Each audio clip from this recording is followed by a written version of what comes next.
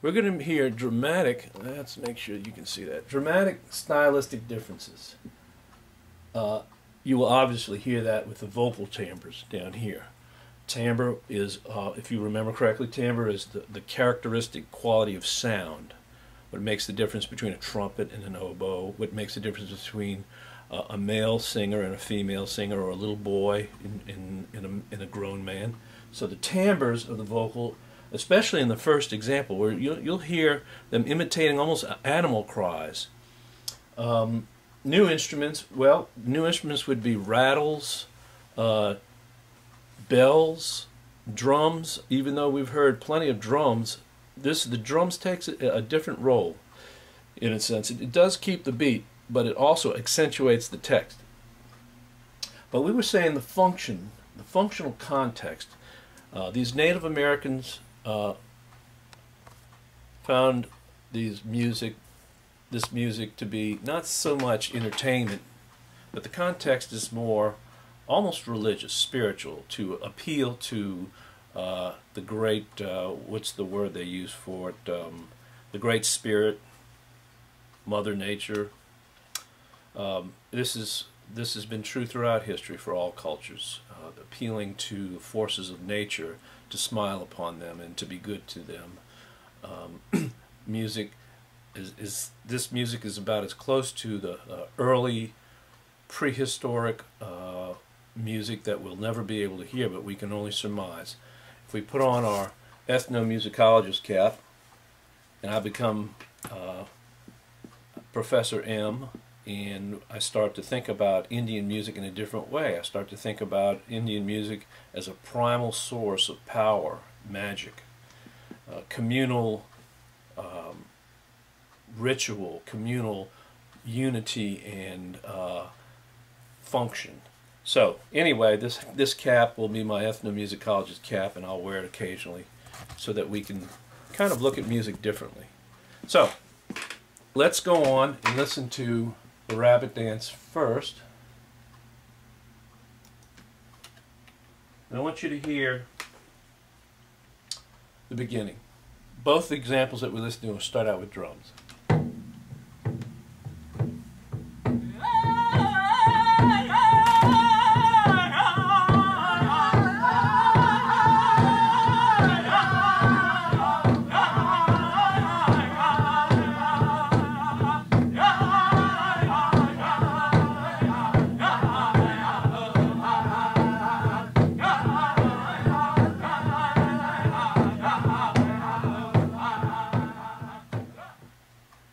You know, it's more rhythmic patterns.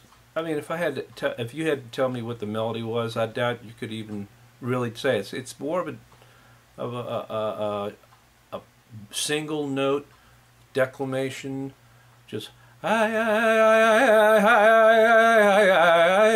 just almost like a chant, is it not?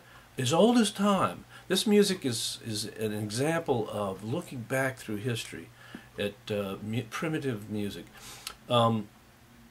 You hear the phrases are, of course, geared to the ability of humans to hold their breath and to speak or sing or chant, and then to breathe in and then do it again. So the musical phrasings are very much textual orientated. Now, what is the text? What are the lyrics? Well, they're vocables. Vocables, something you should probably know, are sounds, like scat singing in jazz. Vocables are just vocal sounds that have no meaning. But what's interesting about this piece is after they go through it a while, let's listen.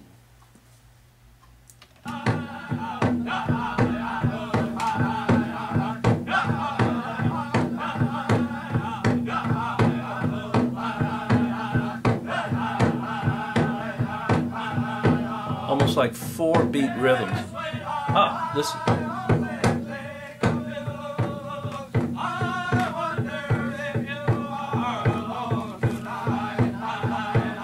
They're starting to sing English. This is what I meant. This is what I meant when I talked about assimilating. Let's go back to this board. The Indians have assimilated the Western style. Hey, sweetheart, I always think of you. I wonder if you are alone tonight. I wonder if you are thinking of me. That could be a cowboy song. They've assimilated the Western European song. Where did they hear it? Who knows? Do they know what it means? Probably not.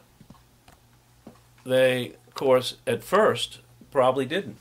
Later on, maybe they understood the words, but they liked it. It appealed to them, and they incorporated it into this song, the rabbit dance. And, of course, actually, I said the butterfly dance earlier. The butterfly was in the other, yeah, that's the other example. The corn, I said the corn. The corn dance was in another text. I apologize. This is the rabbit dance. So anyway, to get back to what I was saying, that's very interesting. Hey. Then they go back to the vocables.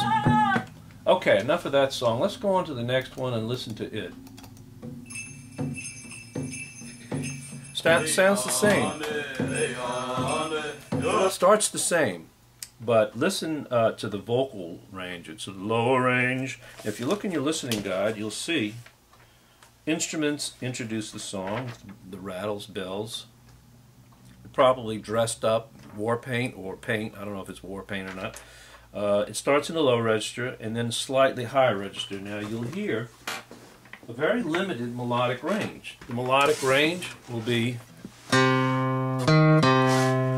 notes, C, E flat, and you know every Indian was thinking, hey Joe, you're not singing a C or an E flat. Absolutely not. They were just singing in the lower range of their male voices. Let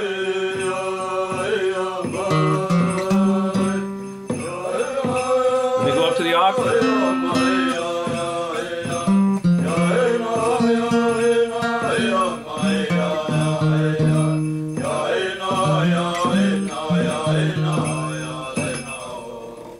So this is definitely more melodic. This is melodic. Well, let me keep my guitar. I just want to show you the scale that they're using. The scale is called a pentatonic scale, and it sounds like this.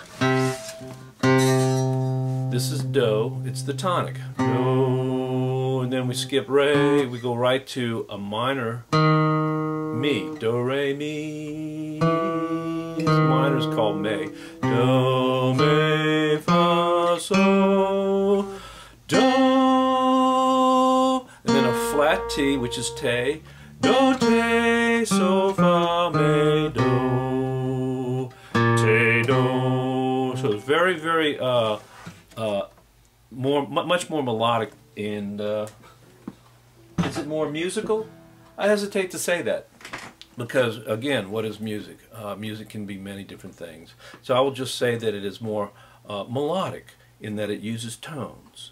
And the tones come from the pentatonic scale, which is a gap scale, and it's used by, well, it's used by blues singers.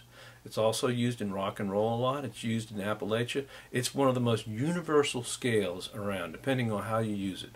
So let's listen a little bit more. Let's listen to the vocalists as they move through the scale.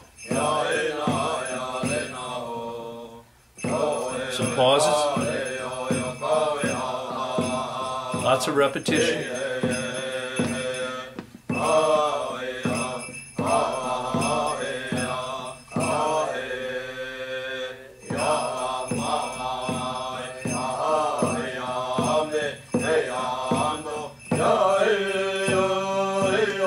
Rising melody, intensity's building till you get to the top. Coming down. What I find is very interesting also is how the drums is not keeping a beat. You could think of it as keeping the dancers in step. The drums is moving with the dancers. The drums and the vocals are all moving with the dance step.